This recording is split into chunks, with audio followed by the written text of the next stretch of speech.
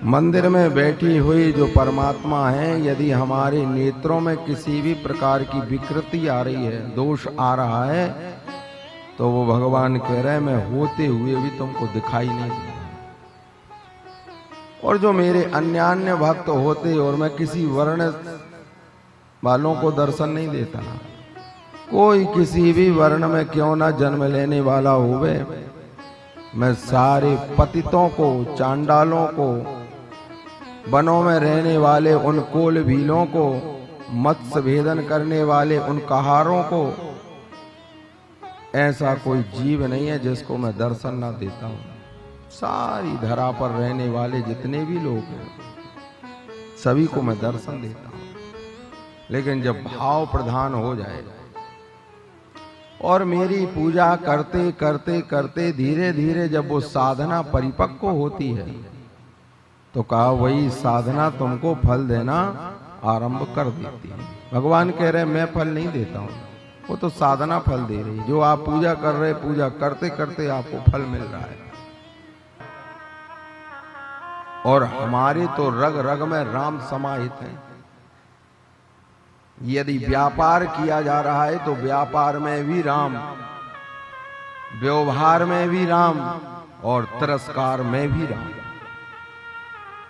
पहले देखा होगा गांव के लोग जब तुलाई करना आरंभ करते थे तो कैसे करते थे? कहा राम कह करके। कहा हमारे व्यापार में भी राम है, और कोई मिल जाए तो कहा राम राम, 2 बार राम राम कह करके। कहा व्यापार में राम है, व्यवहार में राम है, और यदि कोई अनिष्ट व्यक्ति कर दे तो 3 बार कहा जाता है राम राम राम, तिरस्कार। तो शास्त्रकार कह रहे हैं कि हमारे व्यापार में भी राम है, व्यवहार में भी राम है, और तिरस्कार में भी राम है। बगैर राम के हमारा काम नहीं चल सकता। और यदि ये हमारी साधना हो जाए, परिपक्व हो जाए, तो कहा जब साधना ही फल देना आरंभ कर देती है। तो यहाँ शिव महापुराणकार बहुत सुंदर बात लिख रहे। उन्होंने कहा कि भगवान की भक्ति इतनी सरलतम है, इतनी सरलतम है, लेकिन वो सरलतम कब होगी? कहा कि जब निस्वार्थ भाव हमारे अंदर प्रकट हो जाए।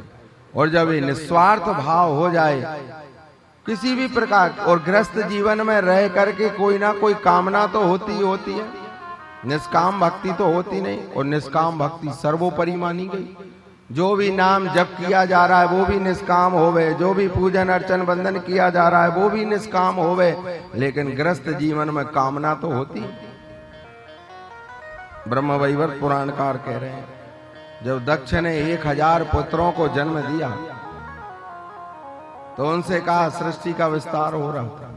सारे महात्मा देवता सृष्टि के विस्तार में लगे थे। तो दक्ष ने कहा उन 1000 पुत्रों से जाओ, जाकर के गंगा के तट पर कामना युक्त तुम साधना करना।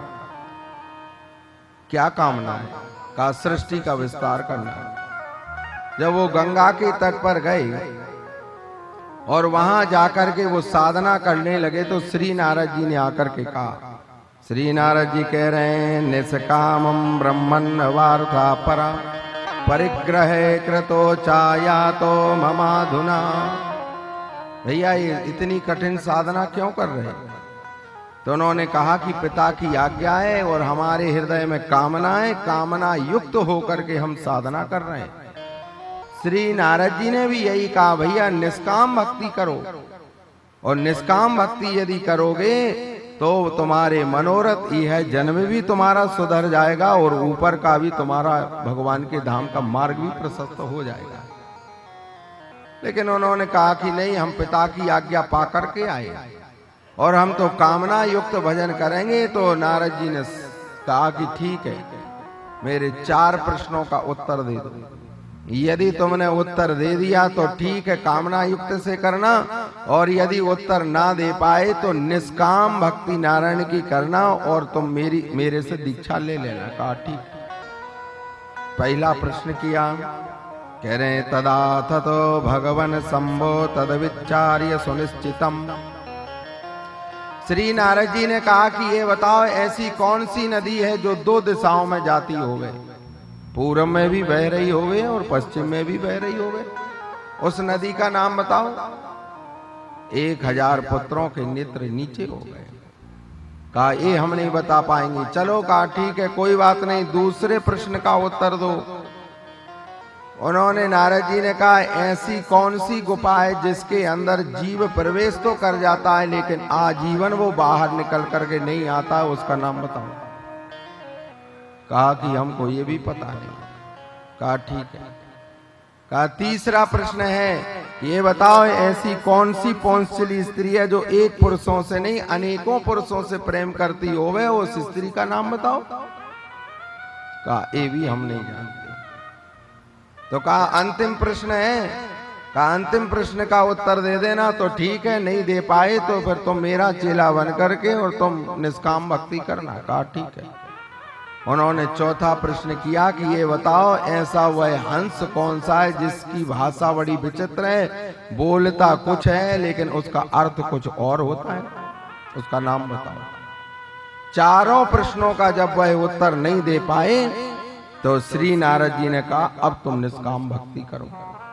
1000 नहीं 11000 पुत्रों को निष्काम भक्ति में नारद जी ने लगाया, दक्ष ने प्रकट किए थे।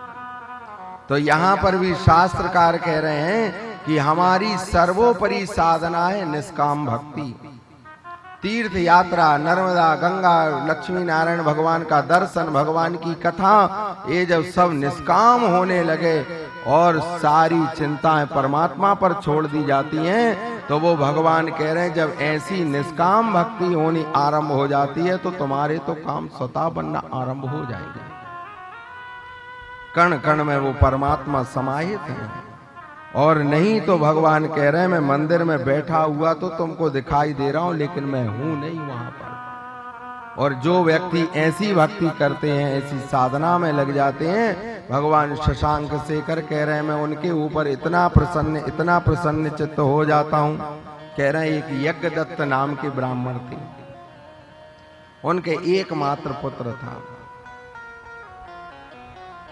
तो लेकिन ब्राह्मण ने मन में विचार किया, यज्ञदत्त ब्राह्मण वैदज्ञ थे, संध्यानिष्ठ कर्म करने वाले, अग्निहोत्र कर्म करने वाले, ऐसे ब्राह्मण उनके यहाँ पर गुण निधि नाम के पुत्र का जन्म हुआ।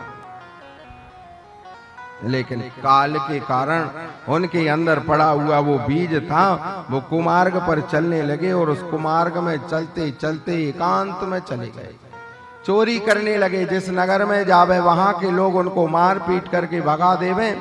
पिता ने भी क्रोध के कारण घर से निकाल दिया कि जाओ निकल करके चले जाओ। जब वो जाने लगे, आज 2 महीना हो गया उनको भूख प्यास से बिलपते हुए। एक दिन चले जा रहे थे और कृष्ण शरीर हो गया था, सारा का सारा शरीर दुर्बल दिखाई देने लगा। उन्होंने कुछ झोंपड़ी में देखा कि एक शिवालय बना हुआ था। रात्रि के अंधकार में उन्होंने एक शिवालय में को देखा, वहां पर एक छोटा सा दीपक जल रहा था और कुछ लोग नाम कीर्तन कर रहे थे।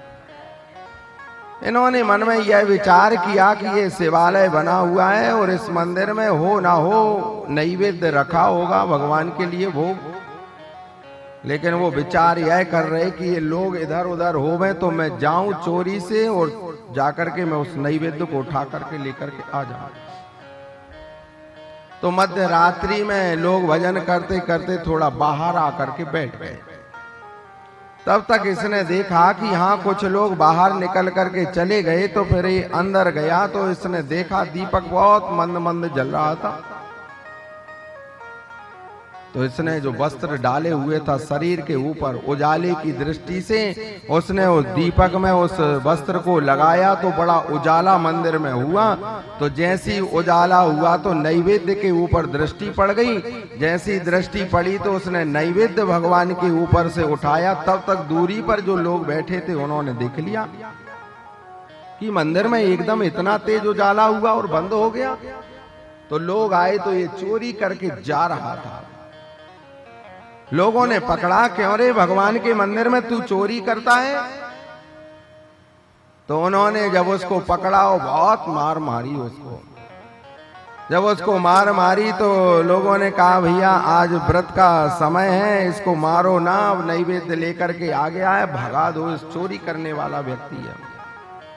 चला जा रहा था घोर वन में एकांत में, क्योंकि शरीर में अन्न गया नहीं, नैवेद्य भी लोगों ने छुड़ा लिया। आज 1 महीने से ज्यादा समय हो गया, निराहार रहते हुए जल पर चल रहा था। वन में चलते चलते चलते थकान के कारण पृथ्वी पर गिरा, मूर्छावस्था आई और उसके प्राण निकल गए।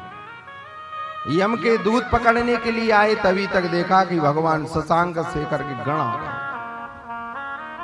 उन गणों ने कहा कि भैया तुम इसको पकड़ने के लिए क्यों आए हो?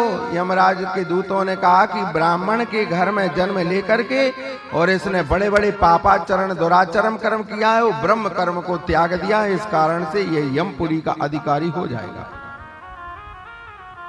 लेकिन उन गणों ने कहा कि नहीं, इसने जीवन भर जो जो भी कर्म किया होवे उससे हमको मतलब नहीं है, लेकिन हमको भगवान शशांक शेखर का आदेश है कि जाओ जाकर के उस ब्राह्मण को पकड़ करके लेकर के आओ।